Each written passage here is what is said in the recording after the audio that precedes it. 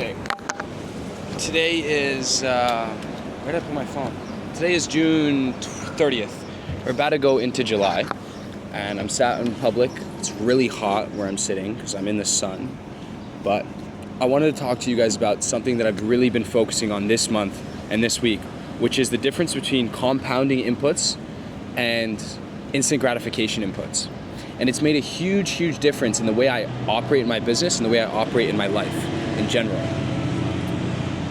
And because if you look at this month and you look at the things I've done and the things I haven't done, and you look at the goals I want to achieve for my business, you're going to go, well, you haven't done shit. You haven't done anything.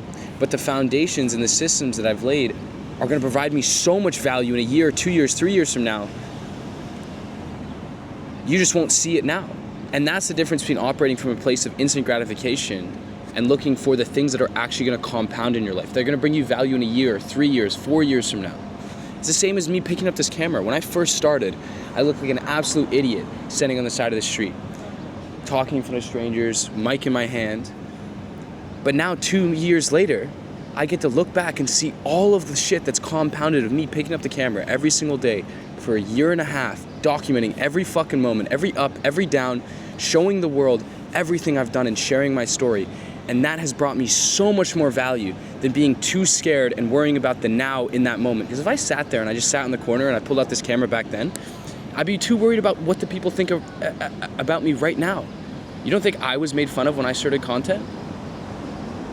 But now those same people that would have sat there across from me while I talk in the middle of the street, they look at my content and they go, wow, it looks amazing. That's so dope that you've done that. It's because it's compounded. Don't worry about the now. What will this bring value in 2 years, 3 years? Pick up the fucking camera. And it's the same, you have to bring that into your tasks and the things you do and the things you want to do.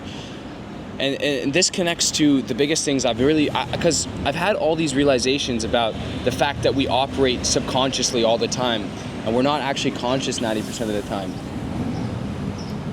And I've been trying to turn them into actionables, into how can this better my life now that I understand this? And the biggest things I've brought it down to is your subconscious is ingrained with something that isn't your purpose right now because of your programming. And so when you're in that subconscious state, because 99% of the time we are subconscious, we're not conscious living people. You know, everyone would love to sit there and think, oh, I'm fully conscious all the time. I know what I'm saying. I know what I'm doing. But you're not. You don't. 99% of the time you're doing things without even realizing. Every time you wake up, every time you go to bed. And the only way you can begin to ingrain your purpose into your subconscious so that every single action becomes to your purpose, even when you're not thinking, even your thoughts, your words, everything, is by setting routines that build that purpose in your subconscious. Now, look at my nighttime routine. You know, I get in my room, I turn on the bath, I get naked, I turn on a podcast, put my phone away, set my alarm.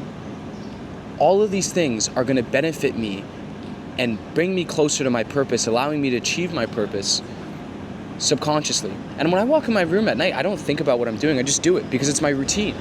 So you have to find not the instant gratification inputs towards your goal, but the compounding inputs towards your goal that are going to bring you value in 10 years from now.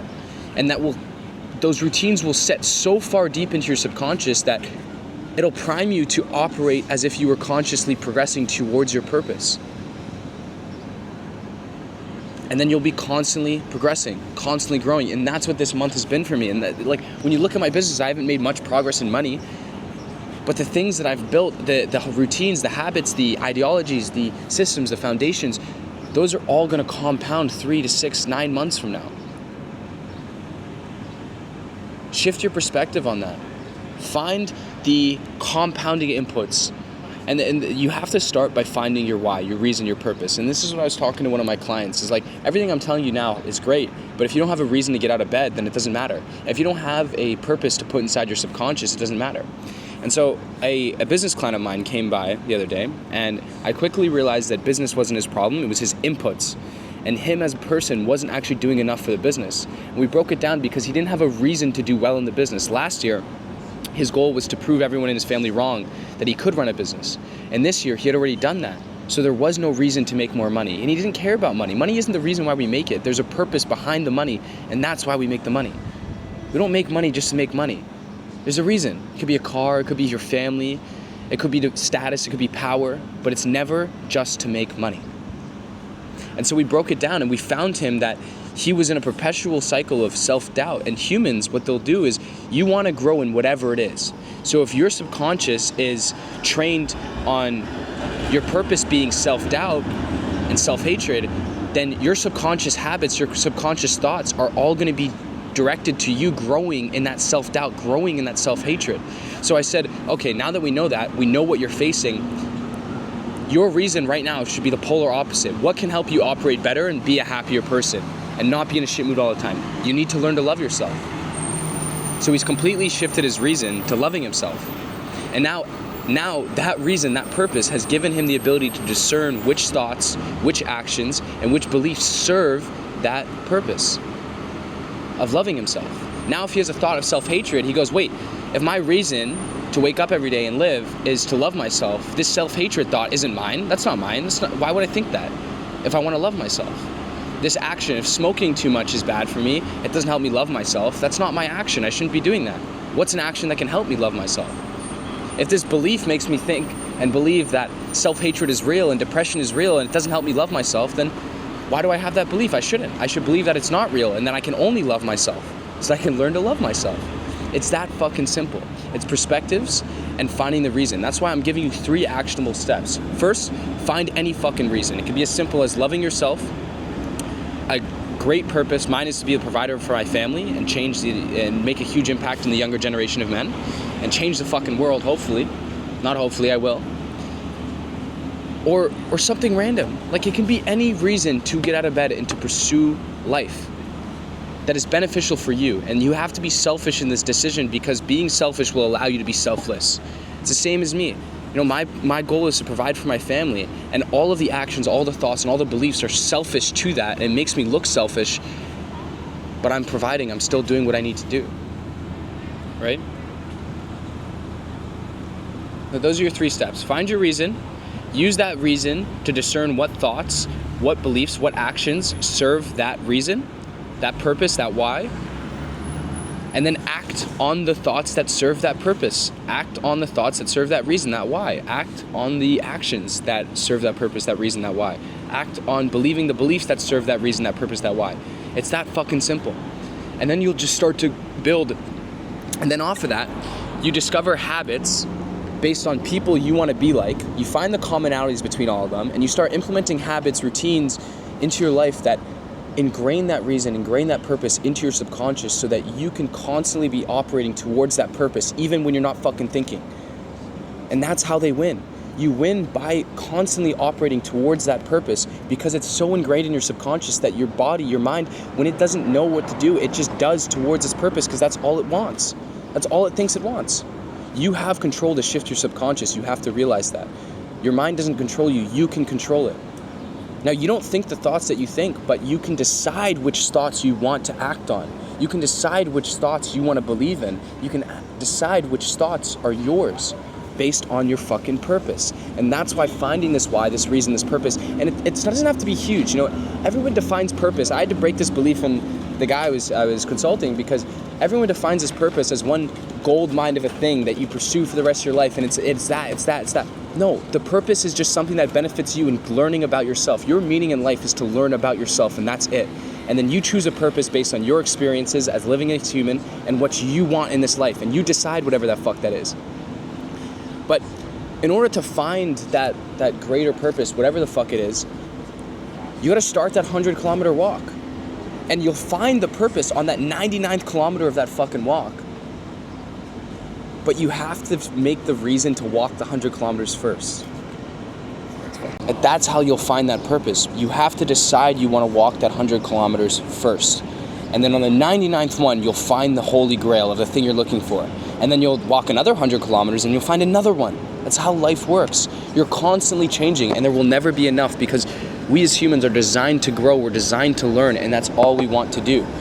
And so we're going to be constantly changing our direction, our purpose, to continuously grow, to continuously learn. And that your purpose is just to learn. That's your meaning of life. And that's a beautiful fucking thing. That means you have to experience as much as you can, and you get to decide how you want to live. So find that reason and find the inputs that compound. Stop worrying about the instant gratification inputs. Yes, it feels good to pin steroids now. But if you did it naturally, think about you in 10 years. How great would you look? How good would you feel? Everyone's looking for the now. Even I subscribe to that. Even I fall for that. Because it's the society that we live in. But you need to focus on the compounding inputs. And that is what will bring you the greatest value in life. Because if you only think about the now, you're only going to progress tomorrow and today. What happens in 10 years? Then the instant gratification goes too far and you're not looking for the future, and now you're just working on the day. It's like somebody who makes $500 today, spends it all today, makes $500 tomorrow, spends it all that day. Right? So, I wish you luck. Thank you very much for listening to another Yap.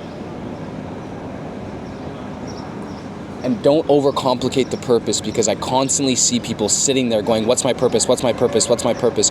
And that's what they want. They want you to sit there questioning what your purpose is so that you never act. But if you just make up some fucking reason that seems right to you, then you'll have something you can discern with. Even if it's as simple as my purpose in life right now is to love myself. Then every thought needs to be pushed to that purpose, every action needs to be pushed to that purpose, and every single belief needs to be pushed to that purpose. And that's why I can sit out in fucking public, hold this camera in my hand, spin it around in front of people while people walk by me, is because I know me in 3 years will be so fucking grateful that I picked up this camera. Because me, in 2 years later after picking this up, every day for 2 years, is already tremendously grateful. Imagine in fucking 5 years, the shit my kids will be able to watch, I'll be able to watch about myself, and watch me succeed in the life that I want to build because I documented every single fucking moment. Stop worrying about the now and what people think about now, because those people in 5 years will go, wow, I wish I picked up the fucking camera. Pick up the fucking camera and enjoy being the weirdo.